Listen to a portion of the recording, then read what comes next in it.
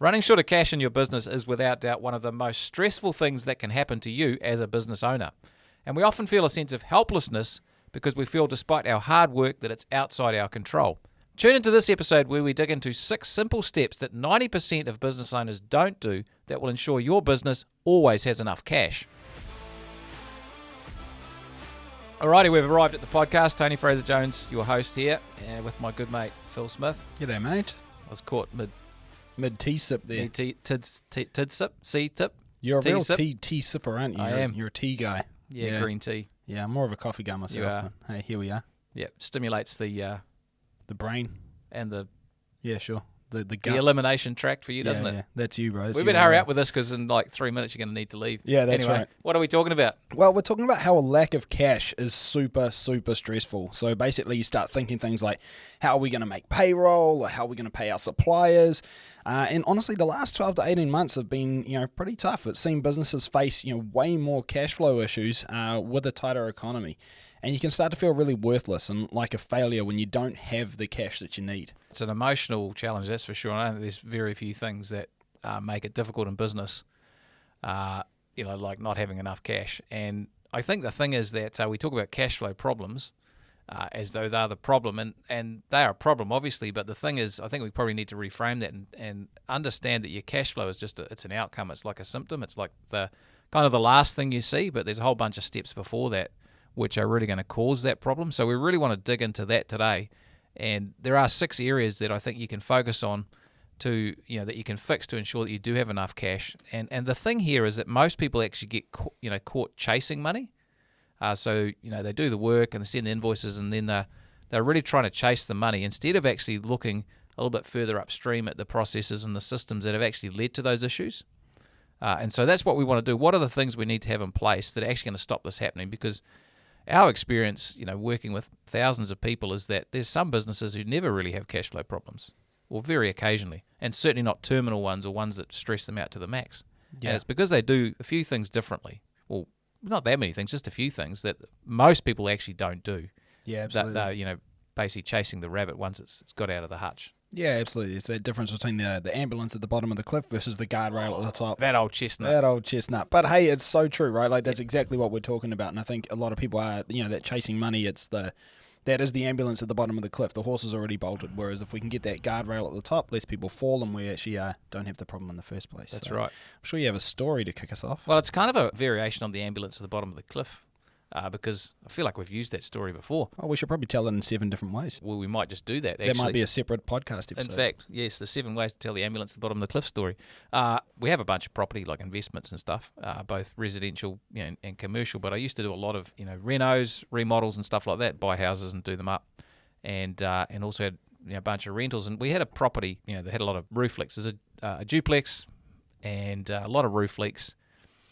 Tenants always complaining, so I was like, well, I'm going to get up there and fix these roof leaks. So I got up on the roof, and it was a bit of a train wreck. It was a bit rusted, it was old.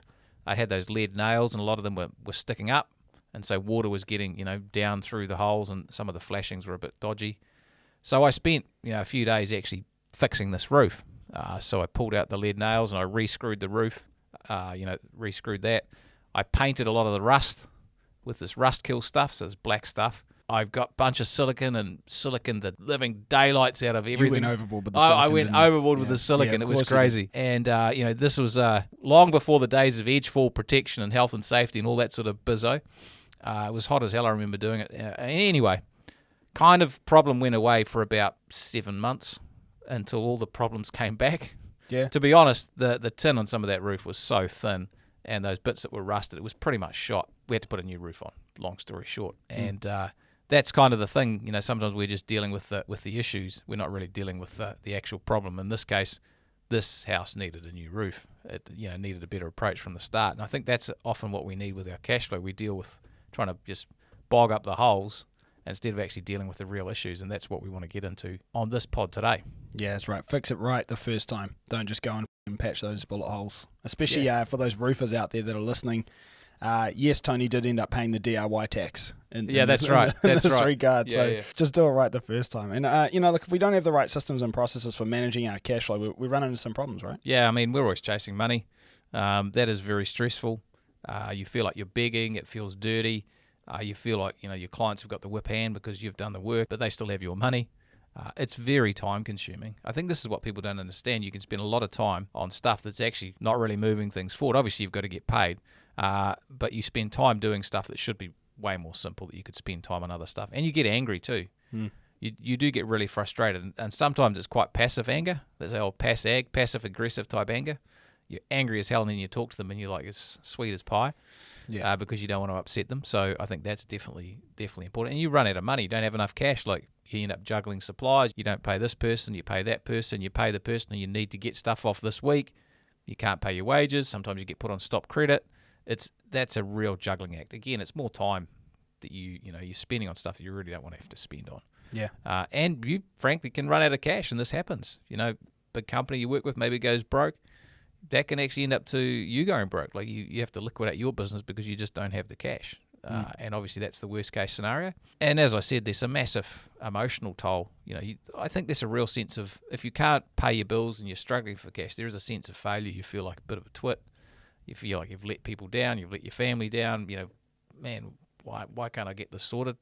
And that is very, very stressful. And it's pretty hard to go home and say to your partner, your wife, significant other, well, we can't pay the bills, and man, it's difficult to buy groceries this week because we ain't got any money. Yeah. That really hurts, and there's a sense of shame and failure with that. Well, it creeps up as well, right? Like it's those first few times, how was your day, honey? And you're thinking, under a little bit of pressure here, but you say, yeah, no, it's okay. It's okay, I've got it under control. And then over time it gets worse and worse and snowballs, and all of a sudden it's it's all completely in the toilet, and at that point it's crept up so slow that often you don't notice it happening until it's really bad. So yeah, it can feel pretty damaging and go on for a long time, which is not much fun. So on the other hand, if we do have the right systems and processes for actually managing our cash flow and improving things, big upside. Yeah, and if you get the stuff right, you don't have to chase money. You have the money in your bank account. So instead of spending time, effort and energy chasing money, you actually spend it on this positive stuff, which is, how can I grow my business? What am I going to do for fun? Or whatever else you want to do. It's very difficult to go and enjoy things when you don't have money. Yeah. It kind of mucks up everything. Yeah. Well, I've met very few people who can kind of section that off. Yeah. And having been in that situation many years ago in business myself, it's a shit feeling. You're going to have plenty of cash. You'll feel confident as well to actually grow the business. I think this is an important thing. If you know that you can collect cash, and you're confident about that, then it's way easier to think about, well, hey, maybe I'm going to hire someone, buy a new piece of equipment, get a bigger workshop or factory, buy whatever it is, new software. That really helps. And if you're pinched all the time, you tend to find that difficult. And you've just got a bunch of energy. You can rather than feeling rubbish about where you're at with your family and everyone else, you're feeling really confident. You just bring a different energy to your family and your life, which is great, and that sort of flows on to everything. Yeah, it's massive. So should we dig into how we actually do this? So what are the 6 steps? Yeah, well, I think the first thing is, as I sort of mentioned, is that it's not just bad luck when you run out of cash. Often you might feel like that, I've just had a bad luck, and sometimes you might have some bad luck, but you have to plan for that, because that does happen in business. You will have people who occasionally let you down, or things are a bit tight. So it's not just bad luck. It's about something a bit deeper than that. And what that means is that it's inside our control rather than outside our control. And that's really important. And so what we want to do is focus on the prevention of this problem rather than the symptoms. And that's about having the right systems and processes to stop things going south at the start. And so with that sort of summary, I think the number one thing is you want to reduce what I call concentration risk. So what that means is you don't have all your eggs in one basket. An example of this might be you're like really excited, you get a massive contract with a large general contractor or building firm, developer, for example. It's $1 million and your revenue is only $1.5 million a year. You've got a massive amount of risk with one client, and if they go belly up, pretty much you're done, because that's the only egg you have in your basket. So that can happen, and that does happen, particularly with larger contracts. It's not just belly up either, right? It's if they go feral, if they decide not to pay or pay on time, or they just decide they don't like you, they become difficult to work with. It's that risk of just having one client. You always say one is the worst number in business. Yeah, because if there's one and you're reliant on them, then they have all the power. You've actually given them the power in the relationship. It means that you need them more than they need you, which is a big problem. So you really want to make sure that you've diversified your risk. If you think about investing, they talk about diversification. So rather than just putting all your investments in one investment, you spread it over a bunch, because that way you've got better risk protection. You're not going to lose all your money in one thing. So reducing the concentration risk is massive. So if you're listening and thinking about this, I know it's easy just to go with a massive contract and think, oh, we're sweet. And look, it could well work out. And most often it does, but sometimes it doesn't. And so you need to be really careful about that, particularly in this type of environment where things are a little bit tighter and a little bit more tricky, because you could get, you could get really tailed up with that big risk. Yeah, absolutely. Well, I think number 2 for me is payment terms. Oh, yes. I think the first thing within your payment terms is have them. Now, I know that right? Sounds simple, but I always think about this Sylvester Stallone quote, and he said, I'd rather have a gun and not need it than need a gun and not have it. Your payment terms is kind of the same, right? And if you don't have them, you might have actually got by okay so far, where you've just never really needed them. It's never been a problem. But then all of a sudden you're going to need them. And when you do, if you don't have them, you're screwed. And so, the key with this is that if you have them all the time, just get them made, use them all the time.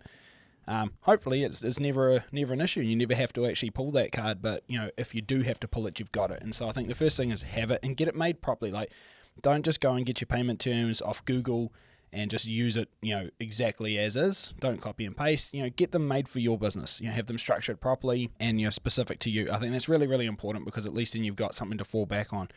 Next thing is get agreement on those up front. So, when you're working with your client, make sure that you don't just have the terms, but you get agreement up front. If they're just sitting in the back or they haven't been agreed to, they're useless. They have to be agreed to and signed. And just make sure that they understand what they've signed as well, because then that way, if you need to enforce this, it's something that was expected, it's still within expectations. So even with smaller works, maintenance or service works that come in, you got to get agreement up front on the phone call or over the email before you actually do the job. Because there's no surprises and everyone knows what they're up for. That's very important. And I think that's the key is, we speak to people all the time who'll say, hey, but upon acceptance of the quote, they've also accepted the terms. That's part of it. And I'm like, yeah, but if you never actually spoke about any of those terms or never pointed anything out, or they didn't realize they were agreeing to the terms, then you're still going to have problems enforcing it. And even though they technically agreed, it's going to become contentious. Whereas if you've spoken about these things, in your inquiries process or early on before the project, you've outlined some of your terms, this is just going to make everything easier because the expectation has been set. And so, you set yourself up for success. That's right. Say in the inquiry script, a lot of our members will say, hey, our service charge is $150, including tax.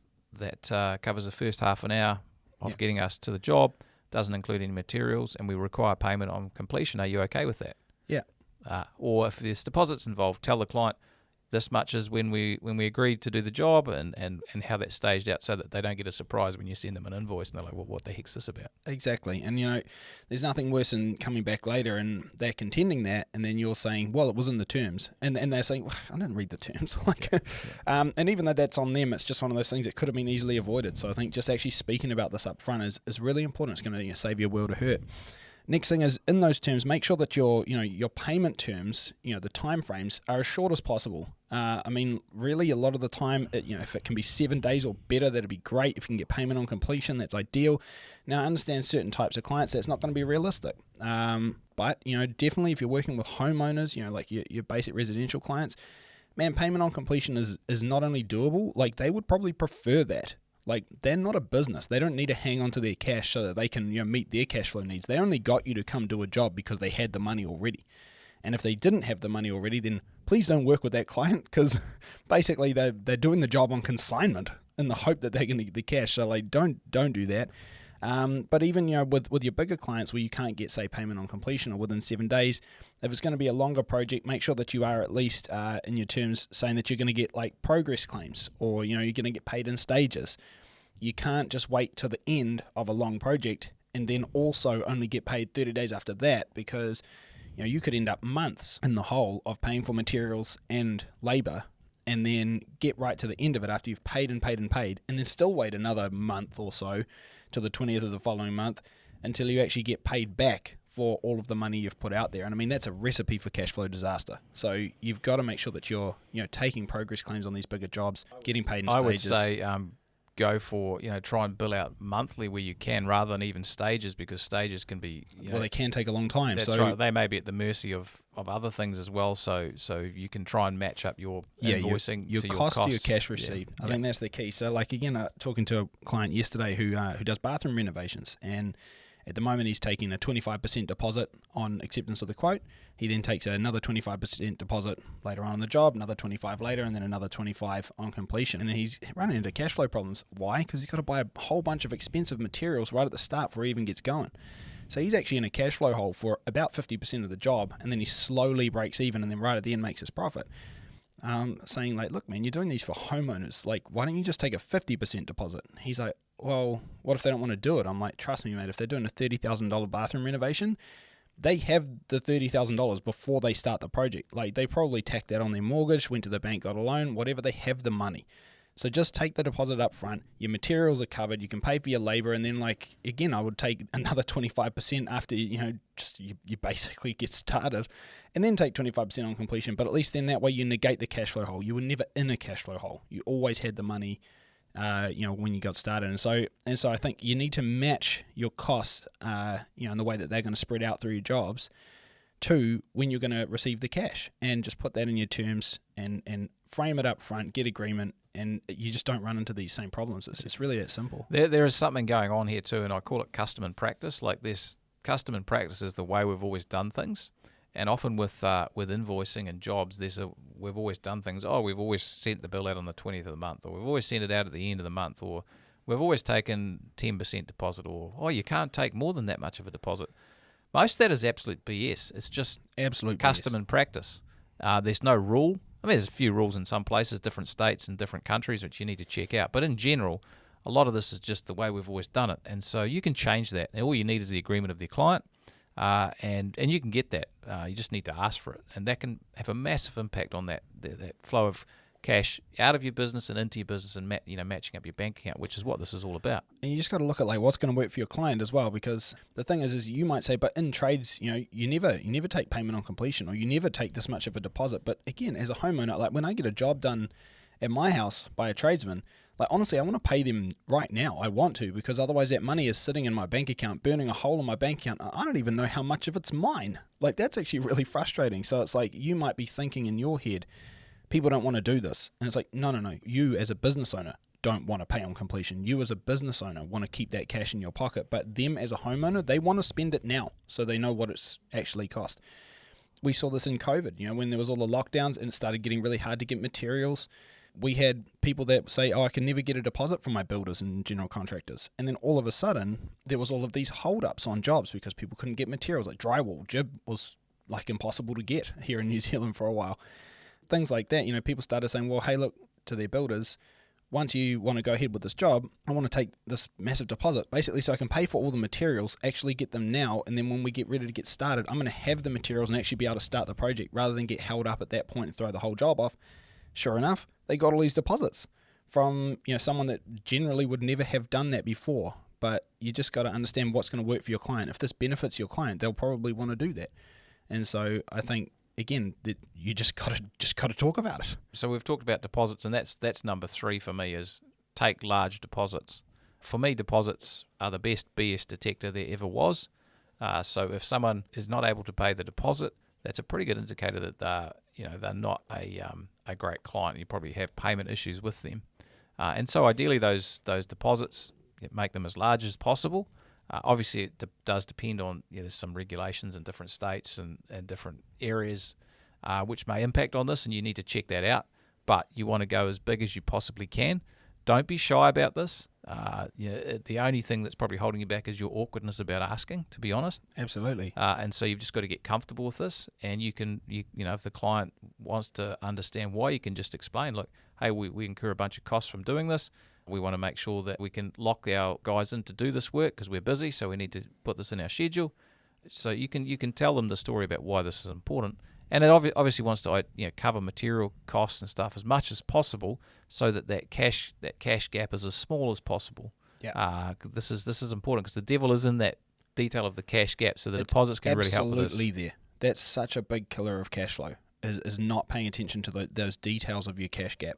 I mean, I know we got some states which won't allow a deposit over a certain percentage of the job. And hey, look, that's fine. But if you then say to the client, by the way, this job's due to kick off in 3 months, and with the state of materials prices at the moment, that vanity you wanted is likely to go up in cost between now and then, which means that the quote that I've given you, the bid I've made on this job, that could actually change in value. So on the other hand, if you pay a deposit now, I'll buy the materials now, they'll sit in my warehouse and it locks that price in. The client's going to turn around and be like, yeah, sweet, do that. So I mean, it's like, just because the state said you can't take a big deposit doesn't mean the client's not open to it. You need to ask. For sure. All right, well, that brings us to number 4, which is improve your job margins. So the big thing with cash flow is you cannot accumulate cash if there's no cash to accumulate, right? So if there's no profit on your jobs or very little profit, it's very hard for that to accumulate into a strong cash position. There's just not enough left over. So if you can improve the margins on your jobs, then the big thing that you get is you get more fat, more profit actually from every job, which means there's more to accumulate. I mean, it makes perfect sense. So ways that you can improve your margins. Number one is put your prices up. I mean, it's the easiest lever you can pull. And I would say for most of us listening, honestly, there'll be some jobs you're doing which are probably a really good margin and doing well, and there's other jobs you're doing where you're basically doing them for peanuts. So if you're back costing your work and figuring out where your opportunity is, then putting your price up on the stuff which is not well priced in the first place is nothing to risk. Like, you're only risking stuff that sucks anyway. But generally, something we see is a lot of people underprice their work. And so, putting your prices up is the easiest way to make sure your margins go up with them. It's super easy to take you a second. So doing that's massive. Charging for all the work you do is big as well. Now, this shows up in a bunch of different ways. Maybe it's, are you charging for travel time? It could be that, are you charging for quotes that you make? But it's also, not just doing little things for people for nothing. Like the amount of times we hear about people that are at someone's house or on a job and it's like, oh, while you're here, could you just insert problem here? Don't do that for free. If there's a variation on a job, charge for it. Like, don't do stuff for free. I mean, what you do is valuable. You need to make sure that you charge for it. So everything you do must be charged for, and there must be a margin on that charge. So that's really important. Even if you need to go and get materials from your supplier, the number of times I've seen people not charge for that, it's like, well, why are you going to the supplier? It's because you've got a job to do. Yeah. And so that all needs to be flowed through to the client. That's it. The time it took you to go and get it, I mean, charge for that time. Like, you have to do it. It's part of the job. Next thing is make sure that your QA, your quality assurance is really, really good. So having process in place for that, to make sure that the guys do the job the right way the first time, whether it's checklists that you use, KPIs that they work to around this. This is really important, because if you do the job the right way the first time, you reduce rework and callbacks. And that's a massive, massive killer of job profitability. If I have a callback and I need to go back and do the job again, I've paid to do it once, then I've paid to do it again, and I've missed out on the opportunity cost of what I could have done, doing another job for profit instead of going to do this again. So you lose 3 times over, and you only get paid once for it. So unfortunately, that's a massive, massive killer to your GP. So if you can just get it right the first time and systemize that process, this is going to be huge for the profit on your jobs. And then lastly, sack your low margin clients. So like I said earlier, there's probably some work that you do that's really great. There's probably some that you do that honestly drags the good stuff down. And it's the same with your clients. Some of them are really great. They pay on time. There's good margin in the work, easy to work with. Others are dicks to work with. The margin sucks. And honestly, it's just not a good use of your time. So just don't do that. You don't have to. And I think a lot of the time we can be scared of, but that keeps the guys busy. But the fact is, if they're busy doing stuff that's, got no profit for a difficult client that doesn't pay, then you're actually just keeping them busy so they can't do stuff that's actually worth doing and for nothing. So it's a killer. Everyone who I've ever seen who's come into our coaching program who has chronic cash flow issues has a margin problem. Everyone. They are not making enough profit off their jobs, which is flowing through to a lack of cash. And then they compound that with making some of these other mistakes as well. But there is always a problem with job profitability. Absolutely. And that often stems from a lack of worthiness and valuing your own services as well, which is a whole nother thing. But that flows through as well. So if you have chronic cash flow problems, you will have a margin problem. You are not making enough profit off your jobs. And you really need to sort that out. Otherwise, you're not going to sort this problem out for the long term. Well, quite simply, if you've got a cash flow problem, you need profit. There needs to be good profit in the jobs, because otherwise there's nothing to accumulate. You need to collect that profit, which is getting paid on time, and you need to actually stay regular with having profitable jobs you can collect on, which is making sure your workflow's tight. The thing is, I think a lot of the people jump to that too quickly, because actually if your profitability is really, really good, you can afford to have gaps in the calendar. Whereas if you've got a really, really full calendar with low profit, you're still going to have shit cash flow. Yep. And so it's actually like It's you got to so look at the important. profitability So first. important. It's so important. Yep. I mean, it's really the backbone of the whole Yep. thing. So. There's another one here, we'll call this number 5, which is probably not obvious, but it's you need to increase the speed of your invoicing. Inevitably, when people have cash flow issues, they're actually slow at sending invoices. And so the way that looks is they'll do the job, and then they get busy for a few days, and then a week or so, and then 2 weeks, and then get in the office and try and invoice everything out. Maybe miss a few things, don't have some details, it slips another week or so. And what happens is the client hasn't got the invoice, which means they can't pay. And that's a big problem because everyone else has sent their invoices to this client. They've paid everyone else, and so you're right at the bottom of the pecking order, and that means you're less likely to get paid.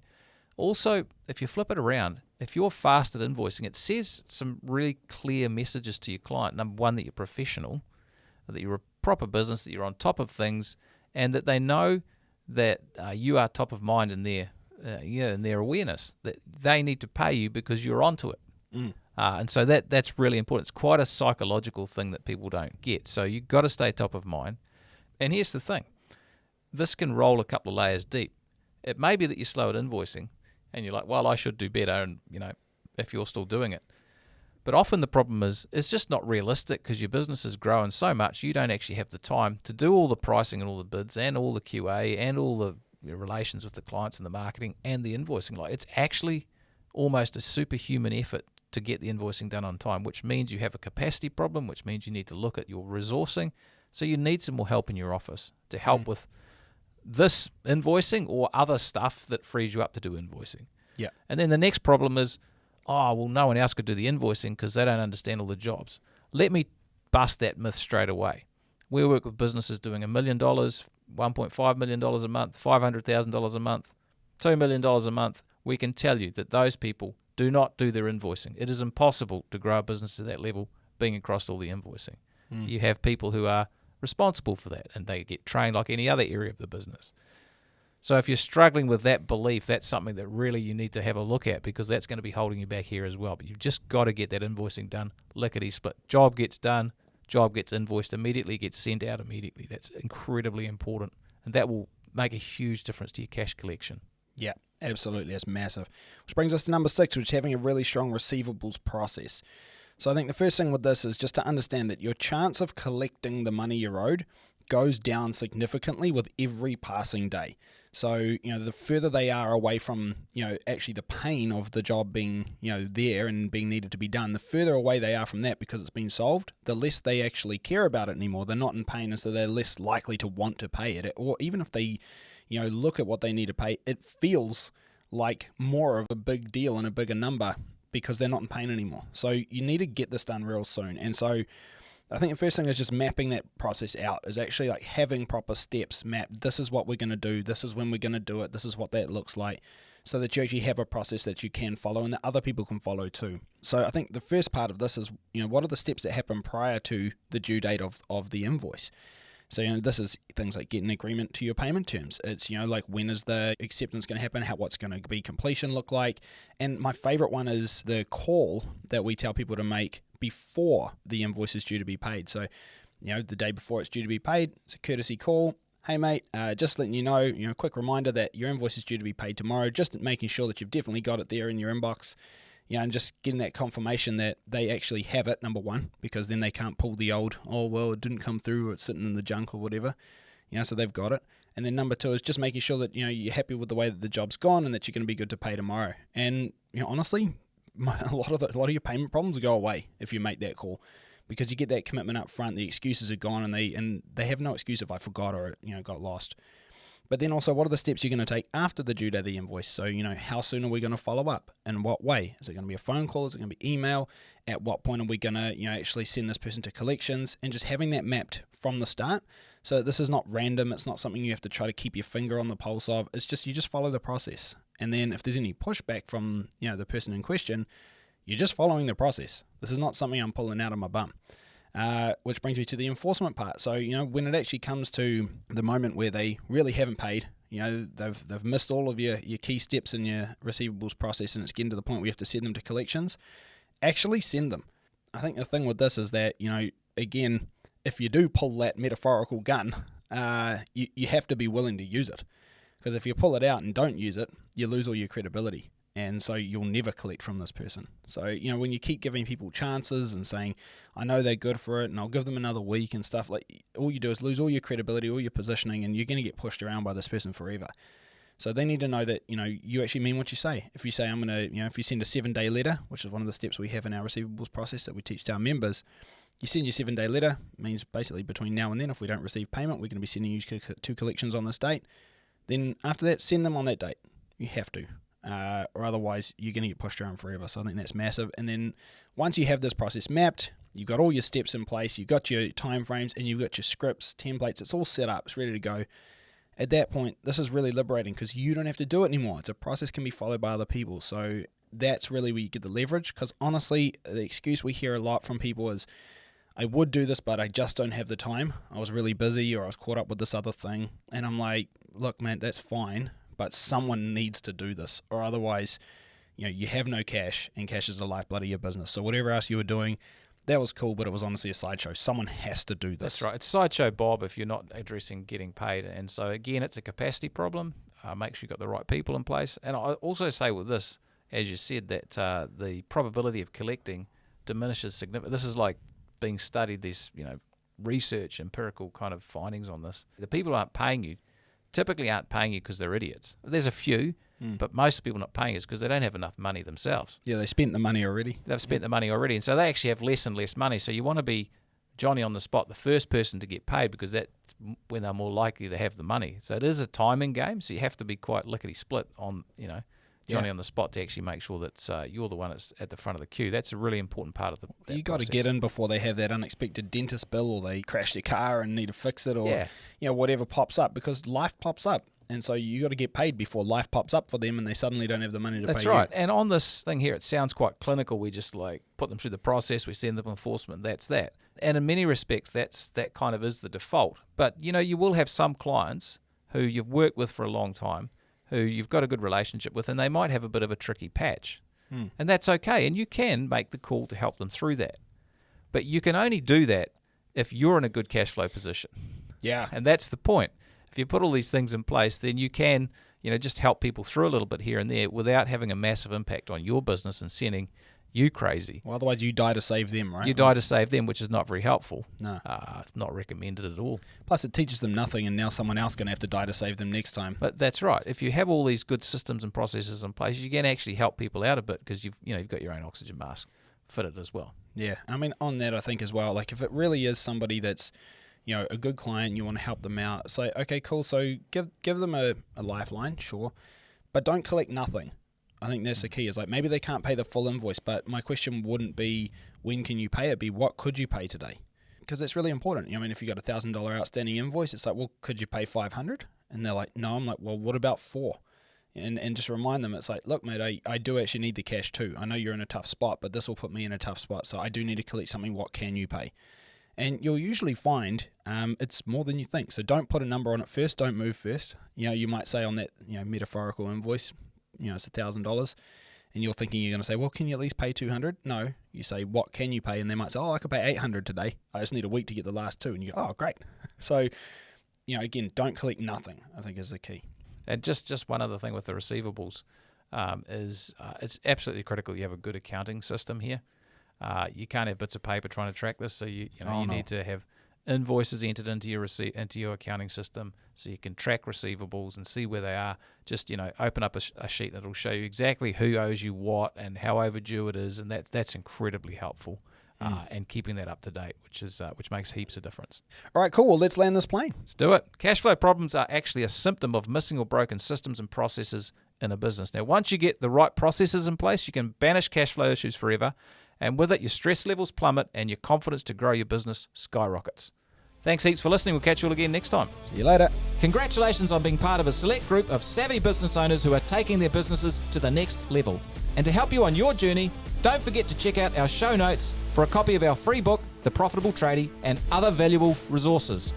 Thanks for being a part of this special group, and we'll see you in the next episode of the Profitable Tradie podcast.